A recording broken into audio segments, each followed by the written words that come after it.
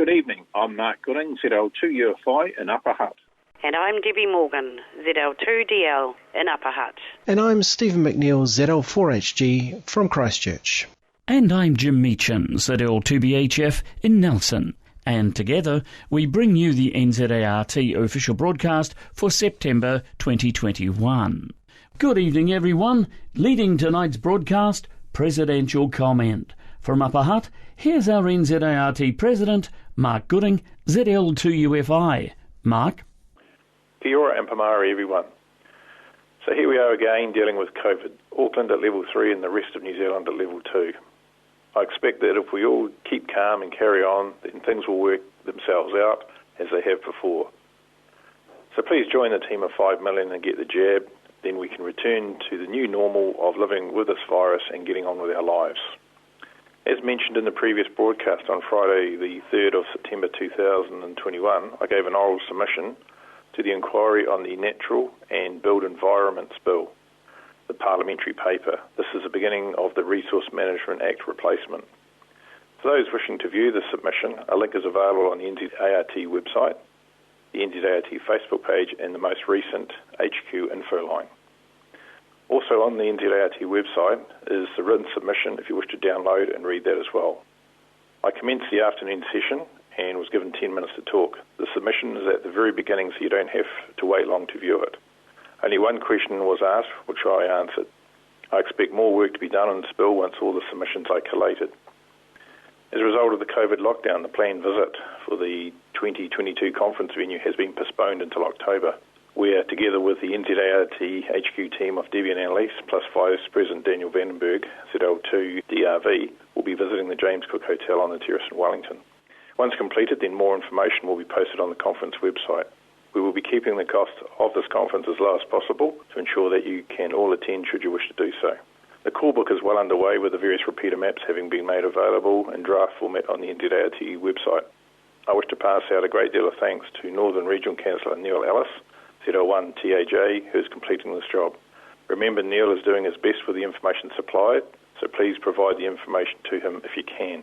Now that daylight saving has commenced, I'm sure we are looking forward to the longer days, finer weather and warmer days so that we can get out there and do the things we enjoy. No doubt many of you have taken the recent lockdowns to do the various awards and other activities that are available, such as backyards on the air.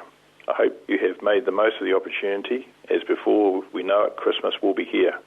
Less than 90 days to go, I am told. So best to get those hints out there for the new radio or other equipment that you cannot live without, to make sure you get it by the end of the year. That's all from me, and back to you, Jim. Thank you, Mark. The President of NZART, Mark Gooding, ZL2UFI. A note tonight that due to the recent COVID-19 shutdown and associated uncertainties, the Manawatu Amateur Radio Society annual table sale is now being held on Saturday, the 6th of November. That's Saturday, the 6th of November. There'll be more details about the sale in branch news later in tonight's broadcast.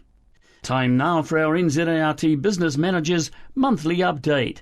Let's head back to Upper Hutt and say a very good evening to Debby Morgan, ZL2DL.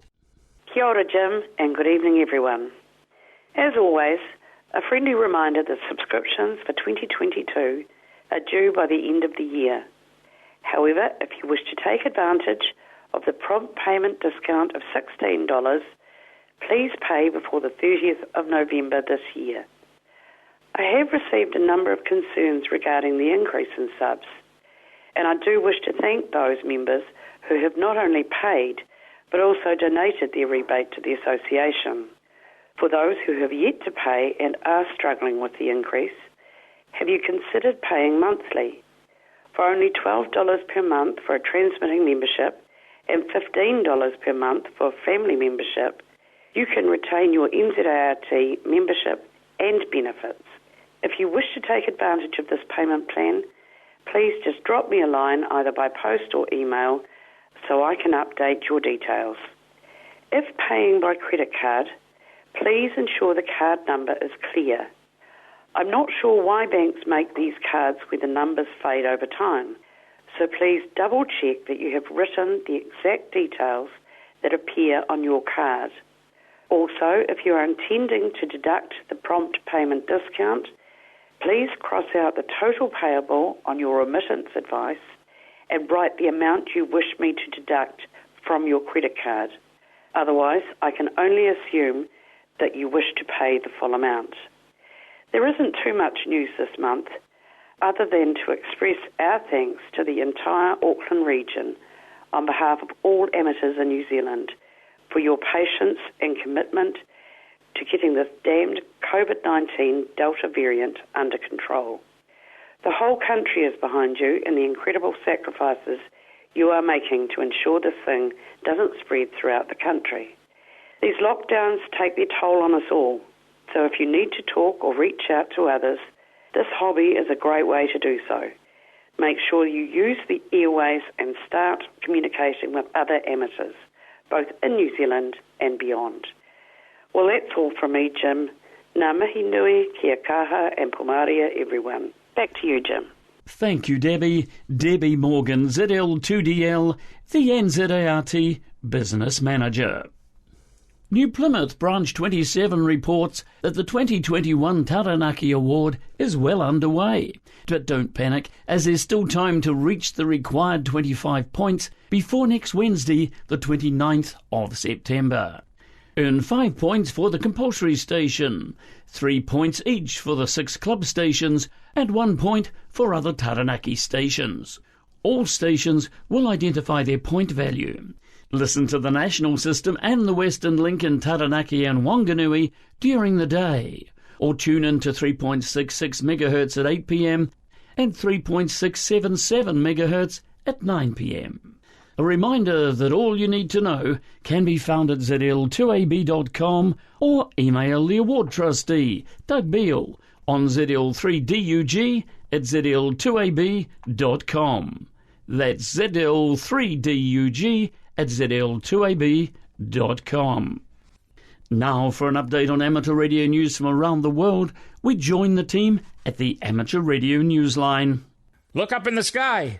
That is, if you can. Light pollution is becoming an issue, and researchers in Canada have what they hope is a solution. With that story, here is Andy Morrison, K9 AWM. A Canadian astronomer is urging that international regulations be established to set limits on permissible levels of satellite brightness. Samantha Lawler of the University of Regina in Saskatchewan said the ever-increasing population of communications satellites, such as those launched by SpaceX's Starlink, generate the kind of light pollution that hampers astronomers' research. The scientist was part of a team that included researchers from the University of British Columbia and the University of Toronto who studied the optical brightness of thousands of satellites, including those in the so-called mega constellations. The team concluded that in the not-too-distant future, 1 in every 15 points of light in the sky will actually be a satellite.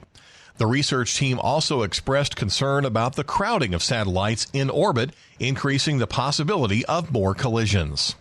For Amateur Radio Newsline, I'm Andy Morrison, K9 AWM. In the UK, the ever-expanding universe of creative workshops known as Hackspaces just got an extra boost from some ham radio friends. Jeremy Boot, G4NJH, tells us about it. East Essex Hackspace became the newest of 70 Hackspaces throughout the UK on Saturday the 18th of September, as this community-based makerspace opened a welcoming place to encourage learning and tinkering. It includes a construction and electronics workbench, reflecting a spirit so familiar to amateur radio operators. To help celebrate opening day at this new workshop, Essex Ham-operated special event station GB0EEH on HF and VHF, not just for the QSOs, but to support the community effort and to demonstrate amateur radio to those attending at the Hawkwell location. According to the Hackspaces wiki, the space in the pavilion has been provided by Rochford District Council, and the lease is in effect until October of 2027. For Amateur Radio Newsline, I'm Jeremy Boot, G4NJH.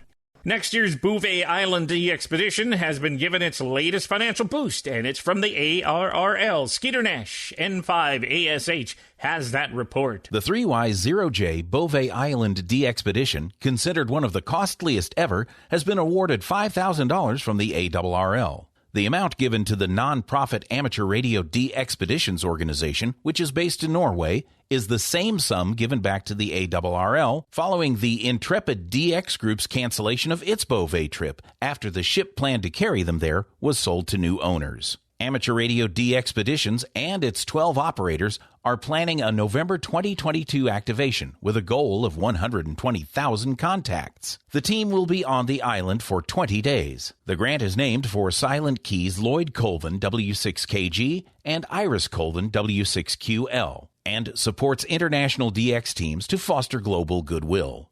The D-Expedition's $650,000 budget makes it among the most expensive ones on record. The team earlier received a $100,000 donation from the Northern California DX Foundation and a gift from the German DX Foundation that is the equivalent of $11,815. For Amateur Radio Newsline, I'm Skeeter Nash, N5ASH. Meanwhile, it appears that the RV Braveheart, which was sold by Nigel Jolly, K6NRJ, to new owners, may sail again with hams aboard sometime. Paul, N6PSE of the Intrepid DX Group, announced recently on the group's Facebook page that the ship will be relocating from New Zealand to Ushuaia in southernmost Argentina, and the new owner plans to make it available once again for amateur radio DXpeditioners.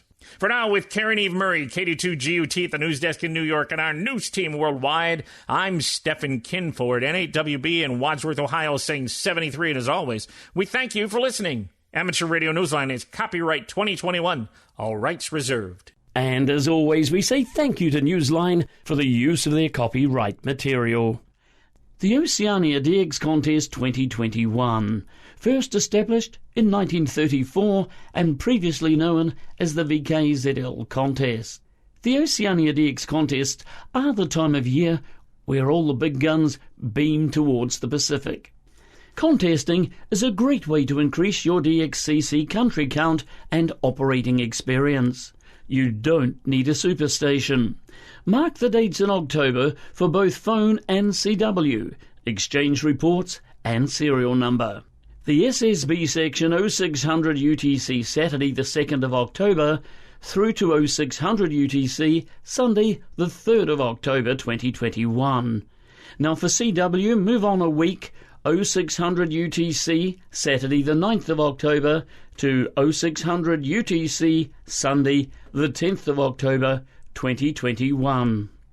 The full rules are at www.oceaniadxcontest.com www.oceaniadxcontest.com. Now feel free to contact Jeff, ZL3GA at nzart.org.nz for information or assistance. That's the Oceania DX Contest 2021 commencing next weekend. Finally, in tonight's official broadcast lineup, it's Branch News. Here's Stephen McNeil, ZL4HG. Thanks, Jim, and good evening, everyone. Well, branches around the country are in various states of lockdown at the moment, so the information I have here is, of course, subject to change.